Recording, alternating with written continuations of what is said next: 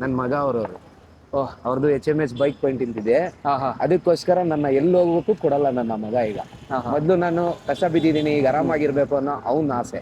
Okay. ಅದಕ್ಕೋಸ್ಕರ ಅವನೇನ್ ಹೇಳ್ತಾನಪ್ಪ ನನ್ನ ಜೊತೆ ಇರಿ, ನಿಮ್ಗೆ ಬೇಕಾದಾಗ ಹೋಗಿ ಸುತ್ತಾಡ್ಕೊಂಡ್ ಬನ್ನಿ, 2 ರೌಂಡ್ ಹೊಡ್ಕೊಂಡ್ ಬನ್ನಿ ಅಂತಾರೆ. ನಾನು ದಿನ ಬೆಳಗ್ಗೆ ಹೋಗ್ತೀನಿ, 1 ರೌಂಡ್ ಹೊಡ್ಕೊಂಡ್ ಬರ್ತೀನಿ, ಯಾಕಂದ್ರೆ ಅದನ್ನ ನಿಲ್ಲಿಸ್ಬಾರ್ದು. ಹೌದಾ.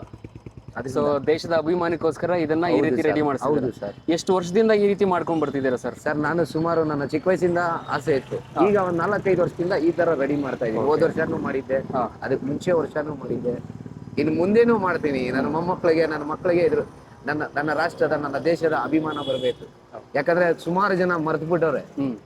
ಈಗ ಆ ರಾಕೆಟ್ ಹಾಕಕ್ ಕಾರಣ ಅಬ್ದುಲ್ ಕಲಾಂ ಅಂತ ಯಾರು ಅಂತಾನೆ ಗೊತ್ತಿಲ್ಲ. ಹೌದು, ಅವ್ರನ್ನೇ ಮರ್ತು ಬಿಟ್ಟಿದ್ದಾರೆ. ಯಾಕಂದ್ರೆ ನಾವು ಇವತ್ತು ಇದೀವಿ, ಇವತ್ತು ನಾವು ನೆನೆಸ್ಕೋಬೇಕು ಅವ್ರಿಗೆ. ಅವ್ರು ನಮ್ಗೆ ಉಡುಗೊರೆ ಕೊಟ್ಟಿದ್ದಾರೆ, ಅದನ್ನ ಮರ್ತು ಬಿಟ್ಟಿದ್ದಾರೆ ಜನ. ನಮ್ಮವರೇ ಮರ್ತು ಬಿಟ್ಟಿದ್ದಾರೆ. ಬೇರೆಯವ್ರಿಗೆ ನಾವು ಬೇಲ್ ಮಾಡೋದೇ ಇಲ್ಲ. ಈಗ ನಾನೊಬ್ಬ ಮುಸ್ಲಿಮ್ಸು, ನಮ್ಮವ್ರು ಮಾಡಬೇಕು. ಸುಮಾರು ಜನ ಇದನ್ನ ಮರ್ತು ಬಿಟ್ಟಿದ್ದಾರೆ.